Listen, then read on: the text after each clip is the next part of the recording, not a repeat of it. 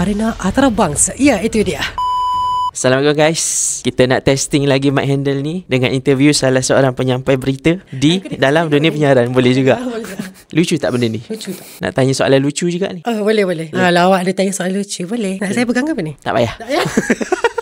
Okay, marilah. Sepanjang you pernah baca berita, by the way ni Awatif. Lupa nak kenalkan diri sebab dia dah famous.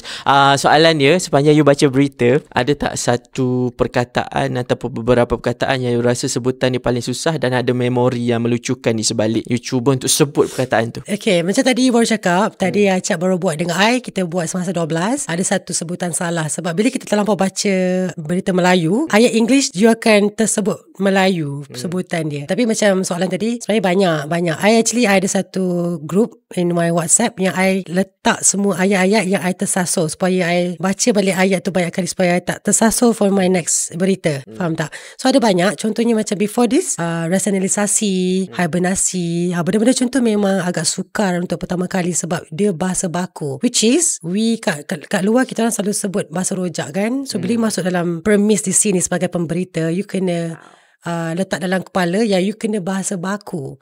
And saya masih baru lagi, masih belajar, dan insyaAllah dengan panduan yang baik daripada Acap kita akan perbaiki lah. Tapi yes, memang ada banyak ayat yang I tersasul. Selain daripada hibernisasi, rasionalisasi, koman apa lagi? Methamphetamine, tu dulu memang susah nak sebut lah. Lagi satu ni, solidarity. Korang pernah tengok tak satu video yang ada newsreader pun tersasul yang tapi video tu jadi kelakar, which is sebenarnya bukan kelakar. Dia satu kali kelakar lah, 2-3 kali tak kelakar dah ya.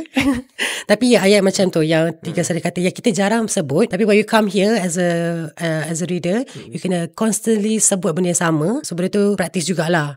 I punya mulut ni dia, lidah I pendek. Tapi tuan dia tinggi. Tuan dia tinggi. Tuan tinggi tapi tu susah sikit lah. Itu cabaran terbesar untuk I sebenarnya. So kita ada next question. Nampak tak? Tanya soalan perkataan susah nak sebut, terus kita susah nak sebut.